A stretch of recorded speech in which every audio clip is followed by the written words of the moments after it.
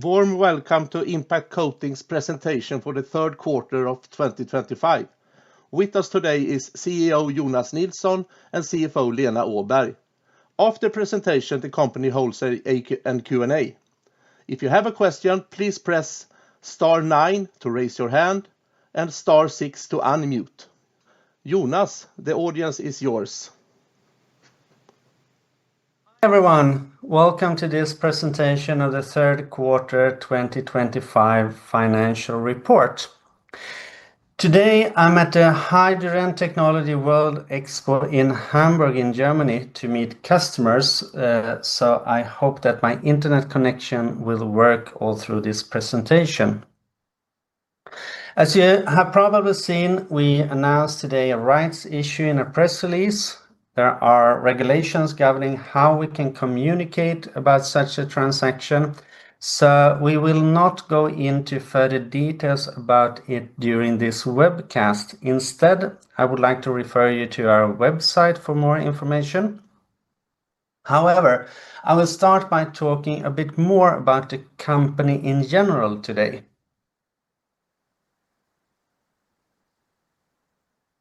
So here is the agenda for today's webcast.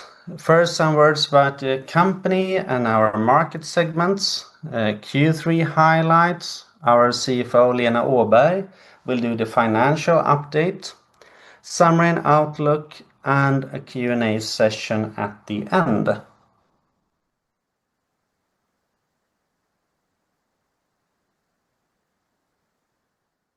Impact Coatings is an advanced material science company specialized in PVD. We address material science challenges found, among other areas, in the energy sector. We deliver complete solutions, including proprietary and non-proprietary coatings, equipment, coating services, and coating expertise. We target a number of growth markets. I will come back to these on the next slides. We have operations in Linköping and Shanghai and sales offices in Korea, Germany, and the US. In Linköping, we manufacture machines and provide coating as a service for customers. In Shanghai, we operate volume production with coating as a service. In recent years, China has been a major market for us, including deliveries from Sweden. It has accounted for 70 to 80% of our revenues in the recent years.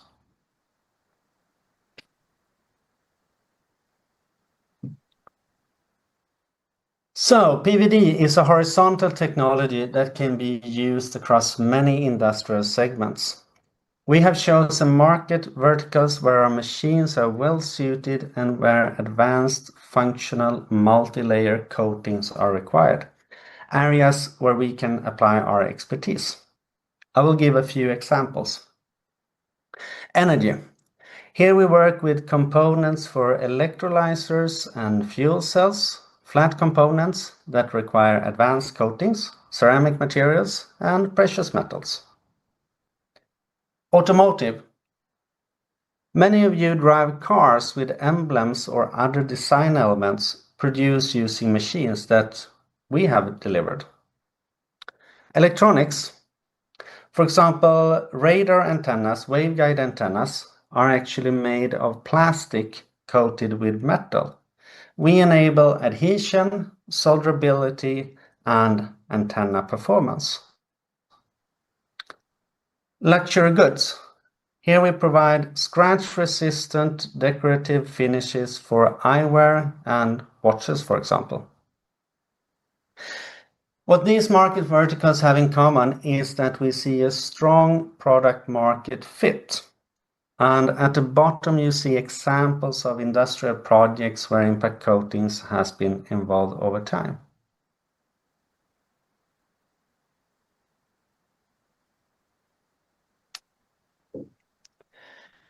In the energy sector, we primarily deliver solutions for coating for fuel cells and electrolyzer components. Our solutions help global customers meet needs for energy resilience and energy supply whether they are using hydrogen extracted from fossil fuels like natural gas, from ammonia, or pure hydrogen made using a variety of methods. An electrolyzer uses electricity to separate water into hydrogen and oxygen, and a fuel cell does the opposite, converting hydrogen and oxygen into electricity and water. The reactions that make electrolyzers and fuel cells work depend on flat components. You see that on the left, where robust but very thin coatings are critical because they protect against corrosion and decrease electrical resistance. Our customers require these coatings to make their systems last for many years and drive economy for their customers. Our secret sauce is a machine design that is optimal for coating these types of components, along with expertise and experience that we use to help our customers develop the right coatings for their specific commercial needs. Our solutions are used for stationary power. Here we are talking about natural gas-driven solid oxide fuel cell systems used to power AI data centers, microgrids, or households. More on this shortly. Mobility, heavy-duty transport powered by fuel cells. Customers and volume production are primarily in China. Outside China, we also have customers in aviation, where fuel cell systems are promising because they are lightweight compared to batteries. Electrolyzers that produce hydrogen for storage and transport, enabling energy to be used where and when it's needed, rather than wasted or sold into the grid below production cost. We have world-leading customers and ongoing volume production in this application. Here we also see new opportunities in innovative solutions using iridium oxide. So our unique combination of coating materials and coating machines is mission critical to our customers for system performance, lifetime, and economy. Next slide, please.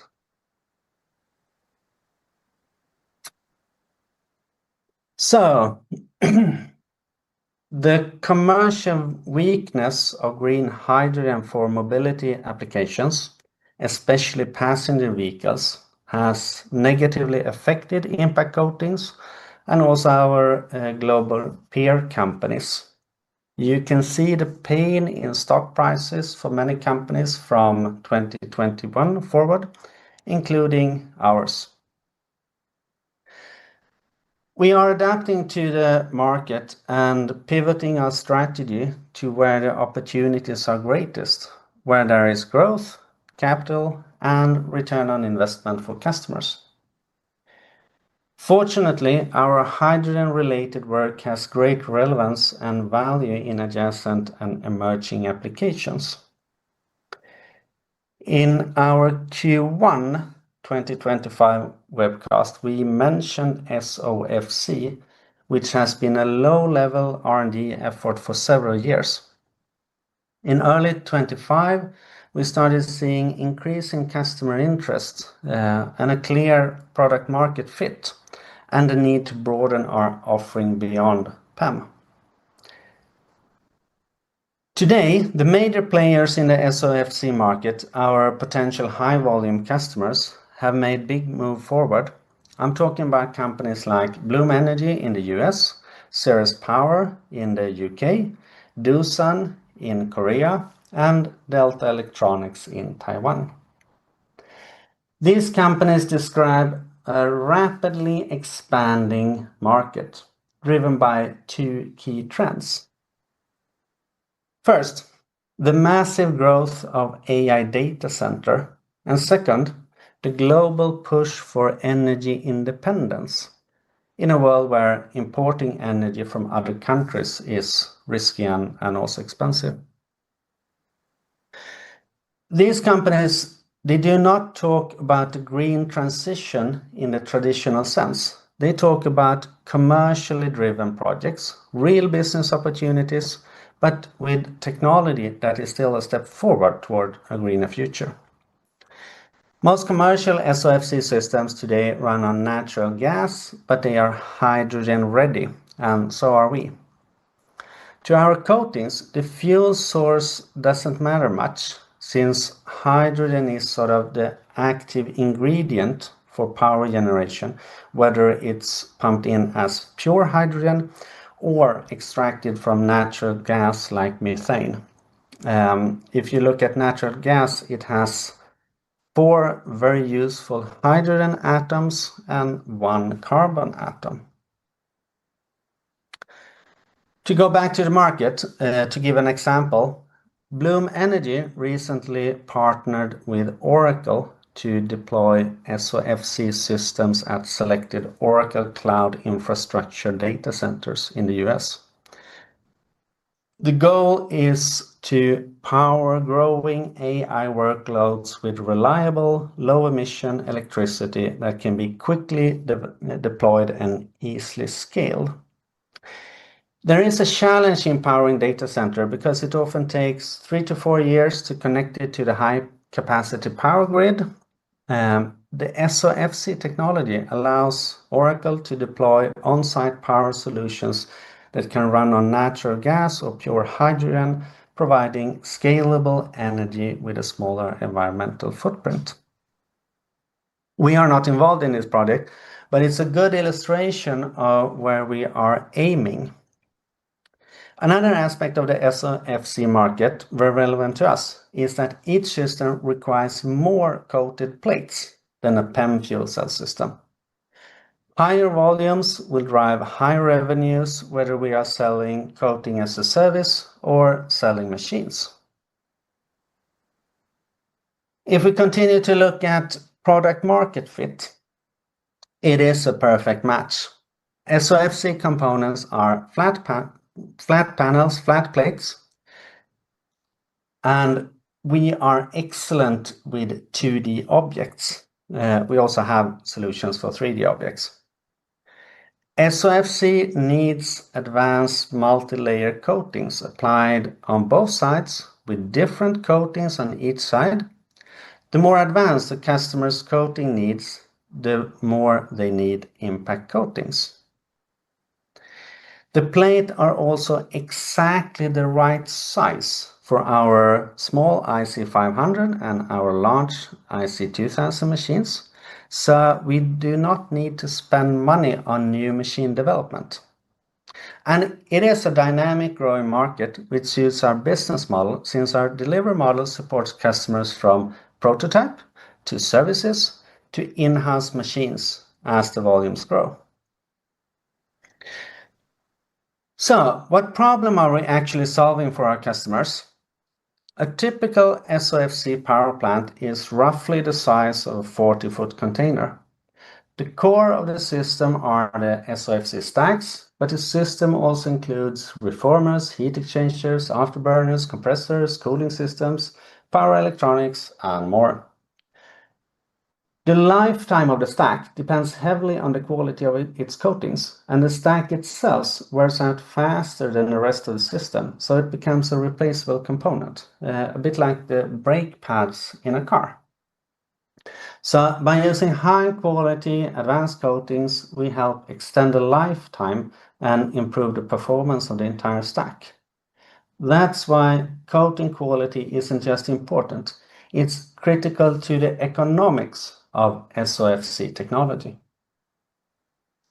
So in terms of commercial progress, we already have strong relationships with several leading players in this space, and we are well advanced in paid testing and evaluation with one major customer.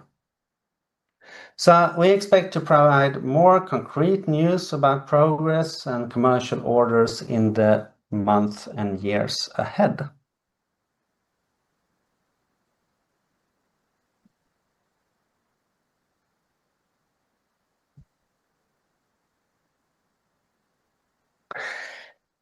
As in previous quarterly presentations, we start with net sales for the rolling 12 months, which amounted to 72 million SEK. It is a departure from the upward trend, and this is due to the lack of system deliveries in the last 3 quarters. Our long-term growth ambition remains firm, and we are actively working to broaden the revenue base and increase the stability of the business over time.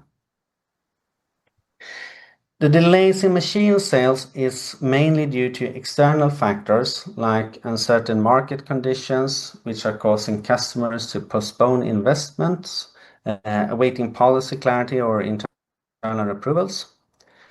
One data point to support this statement is to look at the development of the business excluding machine sales. That is, looking at only coating services and aftermarket that we have on the next slide.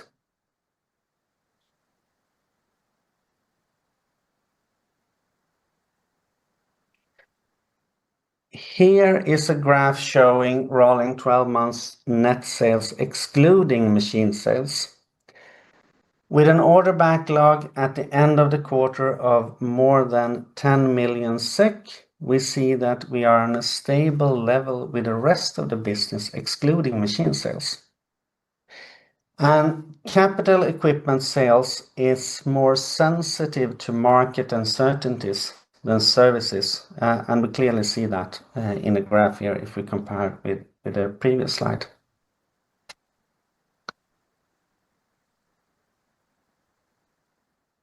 So, total Q3 net sales amounted to 13.7 million. It's down from 31.7 million last year. This is primarily due to absence of coating system deliveries, a direct effect of slower customer decision making. It's not a lack of interest. We continue to see active dialogues and strong customer interest, but we see that both a turbulent world and uncertain market conditions are causing customers to postpone investments. If we exclude systems, net sales grew compared to 2024, primarily driven by higher activity in coating services. Net sales for coating services reached 10.6 million compared to 6.6 million SEK for the same period last year. China continues to run at a high pace with 24 hours a day, 6 days a week production. The China operation surpassed the 2024 annual volume record already in September this year. Looking at North America and Europe, we have strongest order intake for coating services since Q2 23. This is mainly, but not only, driven by our large American customer. Order backlog for coating services at period end exceeded 10 million SEK. Aftermarket reached 3 million SEK.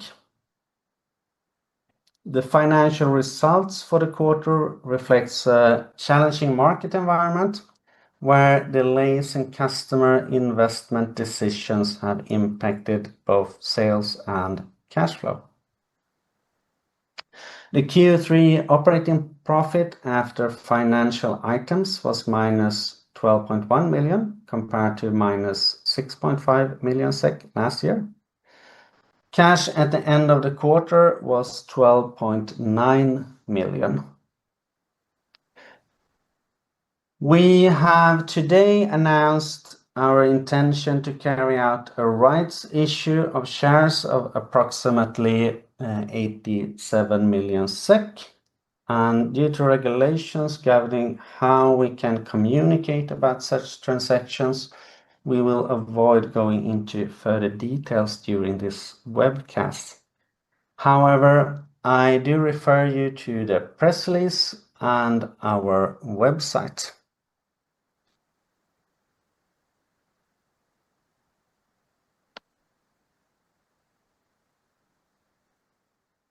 We have and still are taking cost reduction actions to address the current financial challenges and lower the company's break-even point. Over the past quarters, we have implemented cost reduction programs. We have secured favorable loans, local loans in China to support operations, and transition to a more generic inventory of precious metals, which increases operating efficiency and also reduces capital employed. We have improved capital efficiency and reduced both cost and risk exposure, especially, as I said, by improved noble metal handling. During the third quarter, we initiated further across-the-board cost savings, focus on costs for personnel, other expenses, and also COGS. In a total cost reduction programs, it has affected 19 employees and contractors, which has brought down the monthly run rate by over 12 million SEK compared to 2024. This includes both costs for personnel and other costs. However, especially with personnel, there are delays until the full effect of this materializes. With regards to COGS, it is our intention to substantially reduce material costs by local sourcing in China, combined with design changes in our machines that allow usage of lower cost components. In 2024,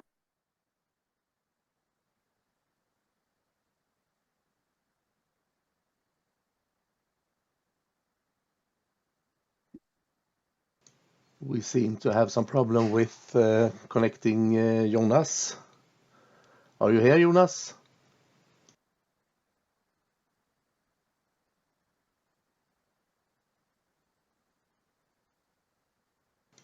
I receive no sound from Jonas. If you can please, we lost you there for like 30 seconds. Could you please go through this page again, please?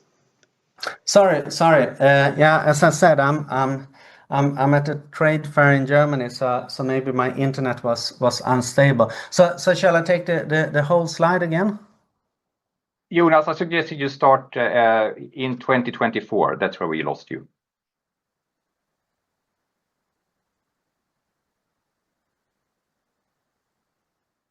Hello, are you still there? Yes. So where were we? Where did you lost me? Did you hear that we focus on increasing sales and maintain a cost in 24? Yes, you could start by the 2024 part. Yeah. So in 2024, we focused on increasing the sales, keeping the cost level. And when we started 24, we had an almost empty order book. But anyway, we ended at 110 million or close to 110 million net sales.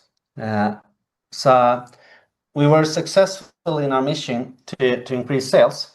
But as you have seen, it was not enough to reach profitability. But based on the savings that we have already realized, we estimate that we would reach positive EBITDA at the same sales level and same mix of sales as we had in 24. And with expected additional cost reductions, especially in COGS, we would expect positive EBIT with the same sales mix as in 24. Are you still with me? Yes, we hear you. So while cost cutting and operational efficiency measures have been necessary and effective, We are also taking the next logical step to further strengthen the company's financial position and prepare for future growth. That's why we are now initiating a capital increase.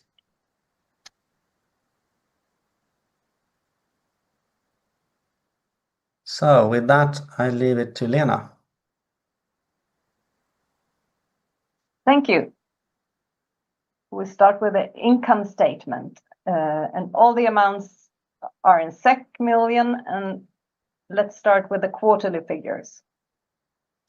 As mentioned previously, net sales for the quarter were 13.7 million, a decrease compared to 31.7 million in Q3 last year, which then included coating system sales of 21.5 million.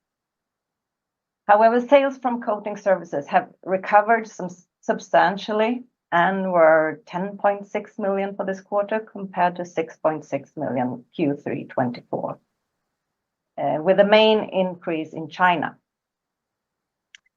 Aftermarket sales were 3.1 million compared to 3.6 million in Q3 24, and the decrease was in China. Capitalized work for own accounts decreased compared to previous year and was 0.4 million compared to 5.7 million last year, where we had a lot of capitalized work on machines for our own use. Change in work in progress was 0.2 million in Q3 compared to 14.6 million Q3 last year, when we had sales of a coating system in the quarter. Sorry, did I say minus 14.6? It should be that. Total revenue was 16.1 million compared to 23.0 Q3 last year. Gross margin was 56% for the quarter, which was lower than the 69% in Q3 24. Other external costs were 5.6 million compared to minus 6.5 last year.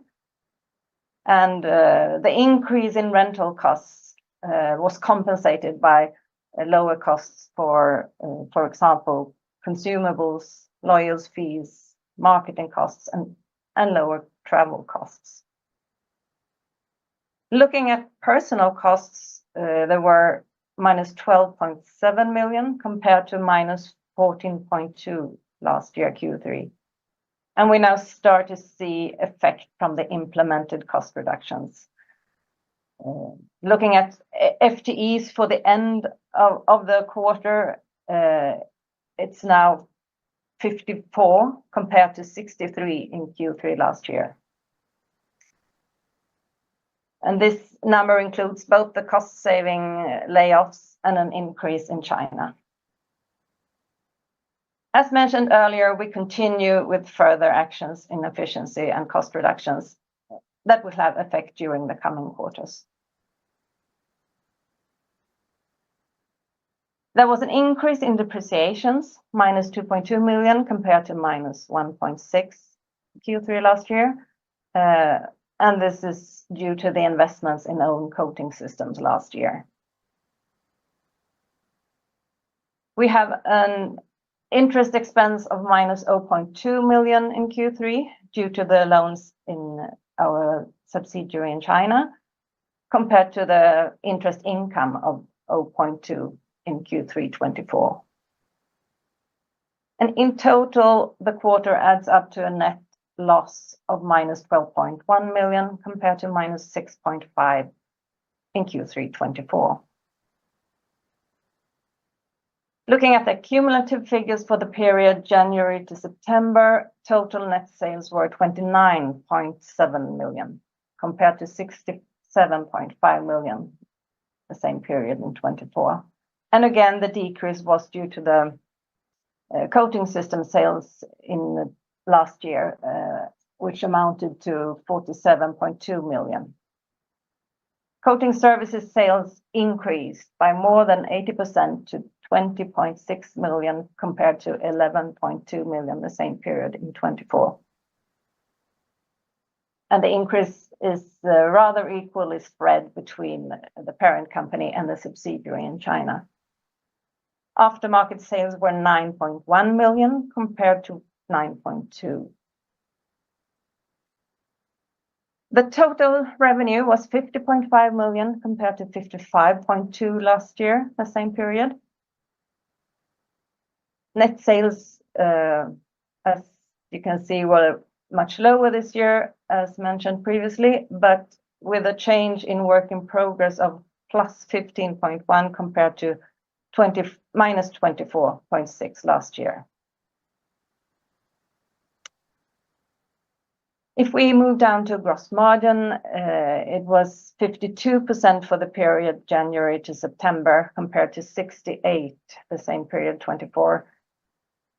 And this is mainly due to lower sales and the change of work in progress, which is rather high, is without gross margin. Other external costs were minus 17.2 million compared to minus 18.0 same period in 2024.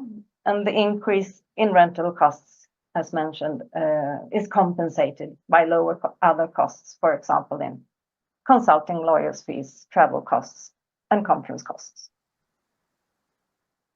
Looking at personnel costs, they were minus 43.8 million compared to minus 43.0 last year. The negative difference is from the first quarter this year. And as mentioned, from Q3, we are clearly lower in cost this year. At the end of Q3, the number of FTE was 54 compared to 63 by the end of Q3 last year. And depreciations were minus 5.9 million compared to minus 4.7 million. And again, it's the investments in own coating machines last year which have increased the depreciations. Currency exposure for January to September resulted in a foreign exchange loss this year, minus 1.3 million, compared to a 1.3 million exchange gain the same period last year. Interest expenses were minus 0.2 million compared to an interest income of 1.0 million last year. And this is due to the new loans in China. In total, this adds up to a net loss of minus 42.1 million for the period January to end of September 25, compared to minus 26.2 the same period 24. If we move to the balance sheet, starting with fixed assets, we have increased intangible assets in capitalized development costs, 3.1 million. As for tangible fixed assets, we have some investments for upgrade of a machine which we lease out to customer. We have installations and some other fixed assets, in total 3.7 million. We have 9.1 million defined as long-term accounts receivables. And there's a decrease from the 16.3 million at the year end of 24, which is a movement to short-term receivables. Total inventory decreased by 24 million from year end. Raw materials decreased 38 million from the 94.5 million SEK at year end to 56.2 by the end of Q3. And that's mainly that some noble metal inventories have been sold. Work in progress increased, on the other hand, by 14 million to 21.7 million. compared to 7.7 at the year-end. Receivables have decreased by approximately 30 million, mainly due to received customer payments. And outgoing cash balance was 12.9 million compared to 32.5 at year-end. And we will come back to cash flow on the next page. In the long-term liabilities, we see the long-term part of the raised loans at our subsidiary in China, 1.5 million. Prepayment from customers have decreased, which is mainly from repayments to customers and some nettings with receivables. Short-term liabilities decreased in accounts payables, but short-term liabilities have then increased in Q2 due to the loans raised at our subsidiary in China.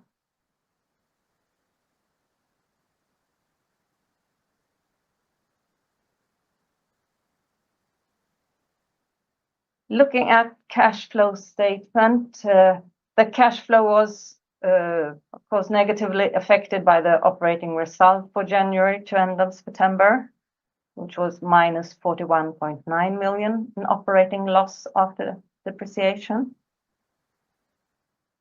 There was a minus 1.3 million in negative cash flow effect from the increase in working capital.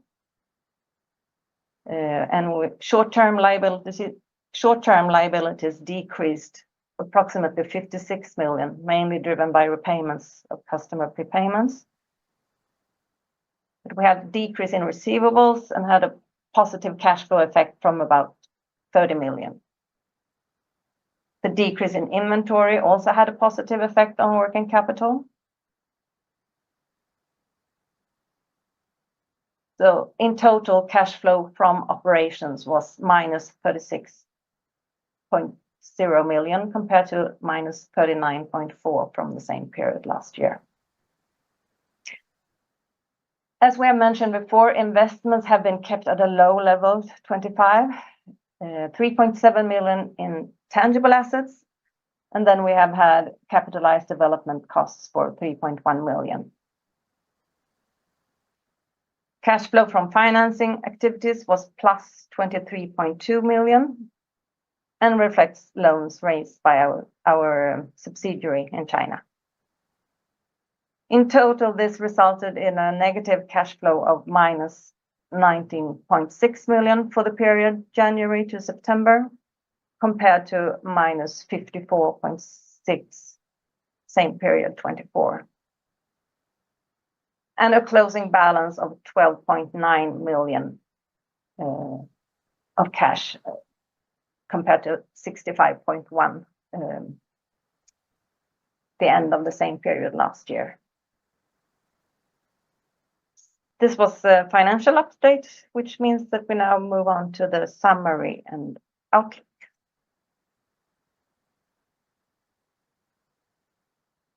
Yes, summary and outlook.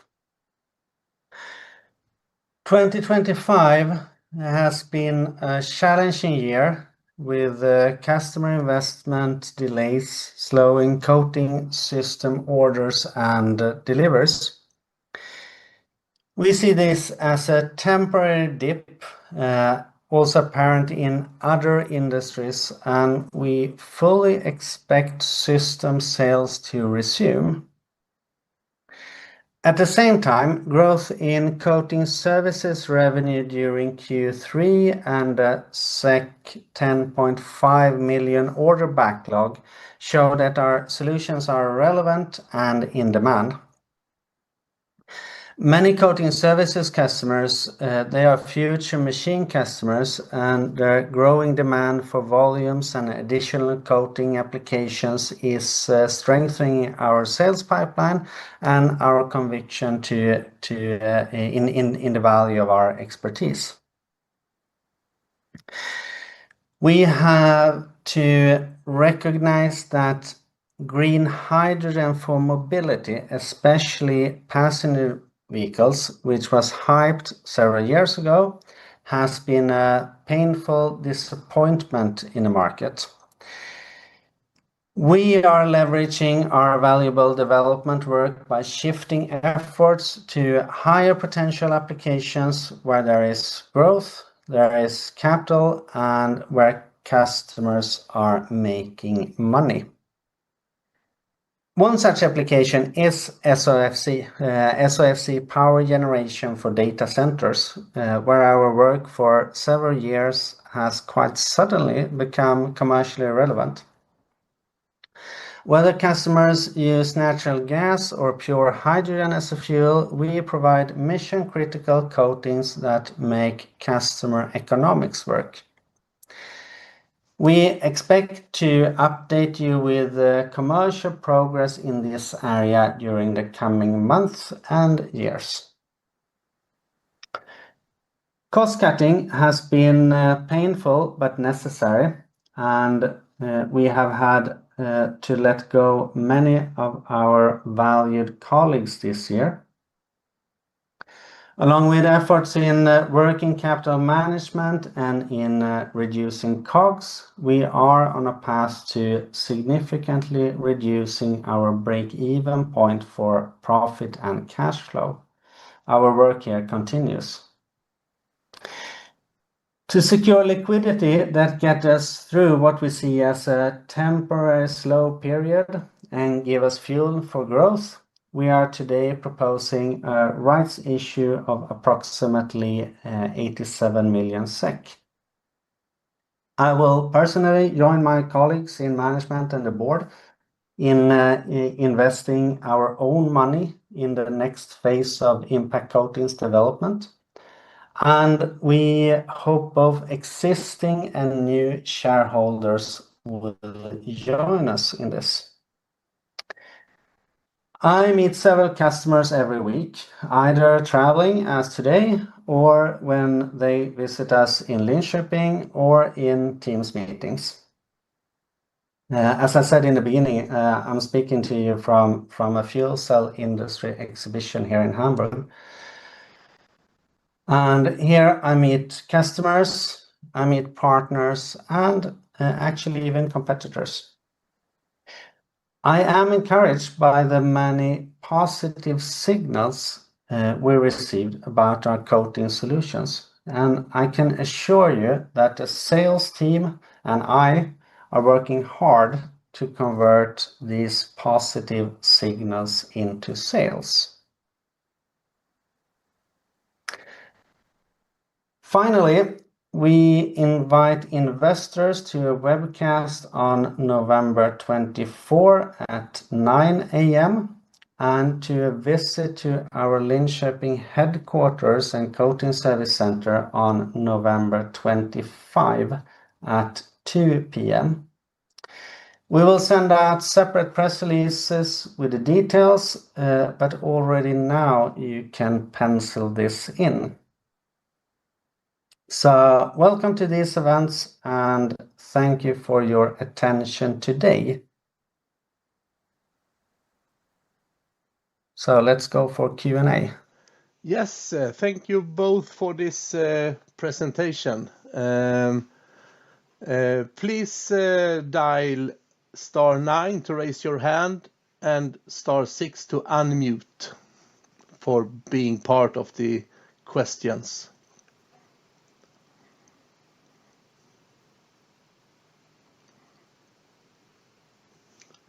We have Lara from ABG. Please, you have the word. Hi, Lara here from ABG. A couple of questions from my end. My first question is on system sales. Could you maybe give a bit more color on the specific feedback you're receiving from these customers that you mentioned are postponing the investments and building on your conviction that this is related mostly to market uncertainty and not a lack of demand. What would you say are the key indicators that are giving you this confidence? The key indicator for that is that we are increasing our sales funnel. So we have more in our sales funnel now than what we had in the beginning of the year. So that means that customers are postponing their investment decisions. It's not that they go for competing technology. They are still active, but it takes longer time to close the business. Okay, great. Very clear. It was you had several questions. Maybe I didn't answer all of them. No, but that was quite clear. But we can maybe a follow up on this. You wrote that you've only lost two customers during 2025. What would you say is the primary reason for these losses, and what steps are you taking to address maybe those competitive gaps or whatever the reason is? Yeah, if we look at those two specific cases, one was in decorative coatings, and our expertise is flat plates, primarily sort of 2D-ish objects. That's where we have a perfect product market fit. In some areas of the decorative market, you find those objects, and there we have a perfect fit on the decorative market. Other decorative objects, they are more 3D-ish, and this was the case with that customer. For the other deal that we lost it to a Chinese competitor. So they had lower price. So we are taking actions in lowering our COGS, and there are two reasons for lowering COGS. One reason is obvious, to create more profit, to create more gross profit, and the other is if you reduce COGS, then you can also have a more competitive offering to customers who are more in the sort of low end segment. We don't have that competition in sort of the premium segment, but here there was a customer that was, well, I wouldn't say the low end, but maybe low to mid range. Very clear. Thank you. And if we talk a little bit about coating services, it's great to see the momentum. Could you maybe elaborate on the drivers in the regions China and North America, and a bit on the growth from these key customers like FTXT and the North American electrolysis client? Are you seeing a wide expansion of customer base in these regions, or is it primarily from these two driving growth? Yeah, if we start with US and North America, there we see that we had a period where it was very much uncertainty in the market, and especially about the subsidies for hydrogen. That is much more clear now, and that clarity sort of across the board in North America, we see an increased momentum in that market now when we have that clarity. If we look at China, it's mainly driven by FTXT, but not only driven by FTXT. We also see new customer interest, and we also see that our push-pull strategy, it works. It works not only with FTXT. FTXT is the company that we have sort of shown in press releases and we mention by name. But we also have others where we work in exactly the same way. So we go to the customer's customer to get our coatings qualified at the customer. And the big benefit with this is that you can be both the primary supplier and the second source.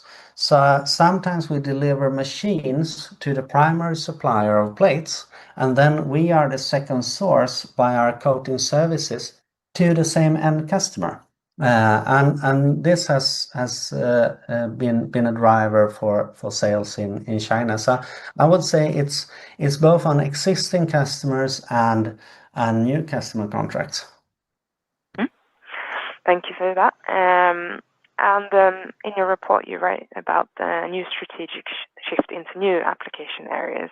You wrote about SOFC's data center powers, and you mentioned that as a fast-growing and exciting new market. What would you say is the realistic timeline for generating revenues from this application area? You said you would give some updates on this soon, but can you say anything already now? Yeah, we started development work several years ago, but then it was sort of on a low level because we see many similarities between SOFC and PEM. It's flat objects, it's high performance coatings, it's advanced coatings. And in our Q1 webcast, we started talking about SOFC. What has happened since then during this half year is that we see a lot bigger market interest, and we see especially those 4 players, as I talked about, Bloom Energy in US, Ceres Power in UK, Doosan in Korea, and Delta Electronics in Taiwan. They are making big investments, and they are making big investments in factories, quite big factories. We are in contact with several of them, and they share their volume expectations with us, but unfortunately I cannot disclose any volume forecasts from those customers. Great, thank you. And my final one is a little on your costs. You mentioned this in your presentation, but you had lower costs in the quarter, and you mentioned that more cost savings are coming. But could you maybe help us think of how we should think about the cost base going into 2026, and maybe talk a little bit more about the actual operating costs? Yeah. So we have lowered the run rate with a bit more than 2 million SEK, and the easy way of looking at it is that with the development we have done, with the deliveries we did in 2024, and what we learned in 2024, and the fact that we had customers that helped us to make our machines battle proven, we now have an organization with lower cost, less people, but an organization that can still do the same deliveries as we did in 2024. And if we would do that in 26, sort of run 26 on the sales side as 24, we would become profitable. Okay, great. Thank you for that answer. That was all from my end. Thank you very much. Thank you, Lara, from these questions. We have a couple of more questions. What do you think about fuel cells for automotive applications? You have a main owner in this area. Yeah, as I said previously, fuel cells for mobility, it is still a market. We are running PEM fuel cell plates in our coating service center in Shanghai. We surpassed the 24 volumes already in September, so we see a growth in that. But if you go back a couple of years, the hype was not about trucks and heavy vehicles. The hype was very much about passenger cars, and we haven't seen that coming. Electrical cars, they are quite good, and with the development we have seen in electrical passenger cars, it's likely that the hydrogen passenger cars will not be big.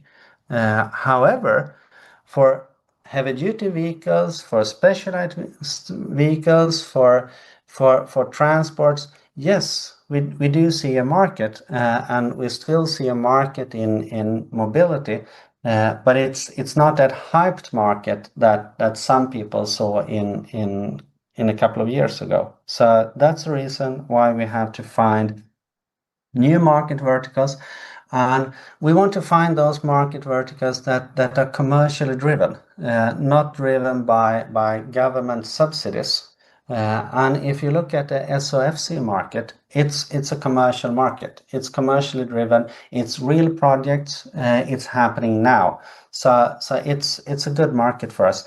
But of course, we will continue with the business we are currently doing on the PEM fuel cell market. Thank you. One last question for today.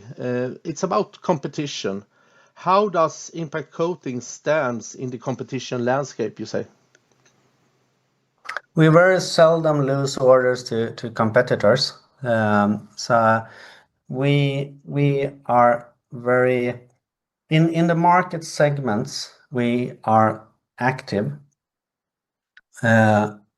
We are often regarded as the market leader, like PEM fuel cells in China, for example.